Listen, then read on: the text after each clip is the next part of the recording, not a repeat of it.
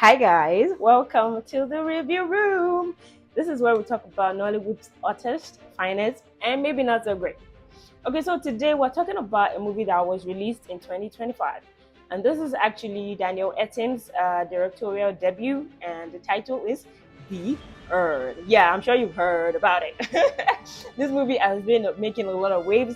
There's been a lot of conversations, there's been a lot of backlash. In fact, at some point, it was going to be kicked off of Netflix because of how much people had to say about it. Of course, it came out in October 17, 2025, and this was when we had a lot of kidnappings and a lot of problems going on in the country. And so it wasn't, I wouldn't say it's a great time to release such a scandalous film. But then it was released, and let's talk about it. This movie is rated 7.8 over 10 on IMDb, and it's 7 over 10 on Netflix. But today, I'm here to give you my own rating and tell you what I thought about it when I watched it. When it came out, I did not watch it because I knew how triggering this is going to be. And apparently, it wasn't just me that was thinking that way. It was triggering for a lot of people. And people had quite a lot to say about it. Here is the truth about what Daniel Etim has created and why people got so triggered. Because it wasn't just a movie. This was our reality, and it still is. As usual, I'm going to give you guys my verdict. What did I think about it? Well, I would give it a 6, and I'm not going to change my mind. Yes. But before I go on to why, I would like to give you guys a quick recap, quick summary. It's about this couple who left the wedding venue with their friend. The friend was the driver, and that friend at the time was dealing with his wife's cancer scare, so everybody had things going on for them. So on the road to the Otse, there were herders on the road. Yeah, cattle rearers were on the road, but they were not cattle rearers. They were people pretending to be cattle rearers. They were kidnappers, and so they kidnapped the people that they could on the road and took them into the bush, where they demanded ransom from their families. And those who couldn't pay, kapow. If you wanted to escape, kapow. So you just imagine how difficult it must be. And I forgot to mention, should I spoil it? Nah, I'm not gonna mention it. No. Go and watch it yourself. Go watch it on your own. Now, why did I give it a 6? What worked for me in this movie? What works for me in this movie would be the fact that the story is authentic, it's original, it's our reality.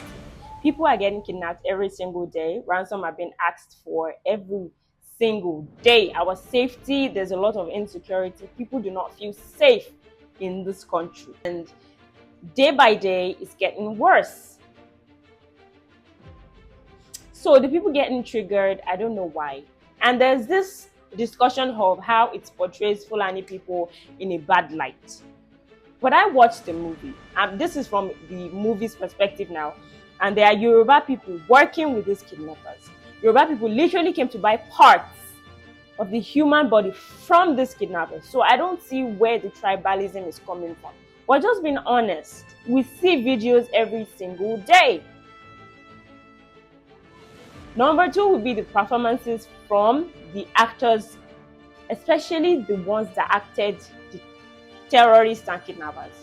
Wow.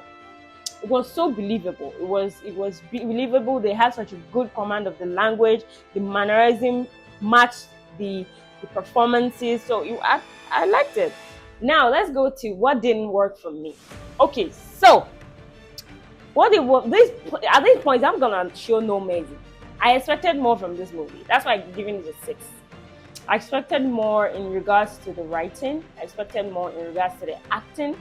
I expected more in regards to the plots and subplots. I expected more overall. The emotion in this movie. This movie lacked emotion. Oh God, it lacked emotion. Number 1, I would say at the point where your best friend was shot dead, I get that you might have been in shock, but after, I didn't see pain. Number 2, some parts in this story could have been made even better. The person that was killed in jail because he talked about wanting to escape in Igbo, right? And one of the kidnappers knows Igbo. I would have let him escape, and sometime in the bush or something, he would have been killed. That's way better than I heard him talking. He want to kidnap, but I want to escape. Bah. And the wife whose husband is in the hands of kidnappers that was sleeping on the bed, rubbing his pillow. The only time that I saw an iota of emotion was when she was talking to that banker. Hey, that's how you do it. That at that point I was engaged because I'm like, oh, she's pissed. I needed more of that. There's a lot of inconsistency in the plot. How did all the family members of all the people that they kidnapped get to one that police station? One was wearing an NYC uniform. We don't have a backstory on that person or where she was coming from, but all their family members just happened to be at the police station at the same time. The guys that stole the wristwatch, what happened to them? The pastor that was in jail, what happened to him? Did they catch the guy that stole the watch, the iPhone watch? What is Mama doing in the bush? What's the point of that woman in the entire story?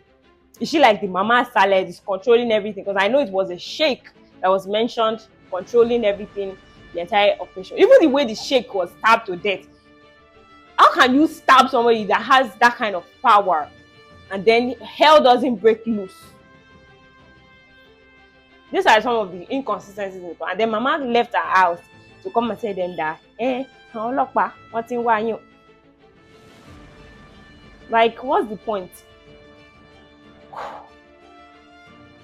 Yeah, those things did not work for me. The writing could have done better. The plot could have been tighter. It could have been more consistent. I think it's a very rushed production, which I don't like. There was no message to our government. Right? I was expecting at least some news. This in the movie, news to be televised. Do you get? Where we have commissioners and people like that working to save these people. Do you understand? Something to at least just show it to our governors that this is what is going on and they need to change something. We weren't passing any message across in this movie. It just felt like another random production. Which, if you're looking at the story very well, it's not. It is not a random production. It's not. Anyway, I watched the movie, and I mean, if you like stories about Nigeria's reality, stories that will tell you about the country's insecurity, sure. If you like political stories or whatnot, this is a story for you. But if you, like me, you don't like inconsistent stories, you don't like plots that are not as it should be, then it's probably not a movie for you. Anyway, as a movie aficionado, I had to watch it and let you know what I thought. Yeah, my verdict isn't changing. It's never going to change. It's a 6. And that's it from me. Bye guys. See you in the next video.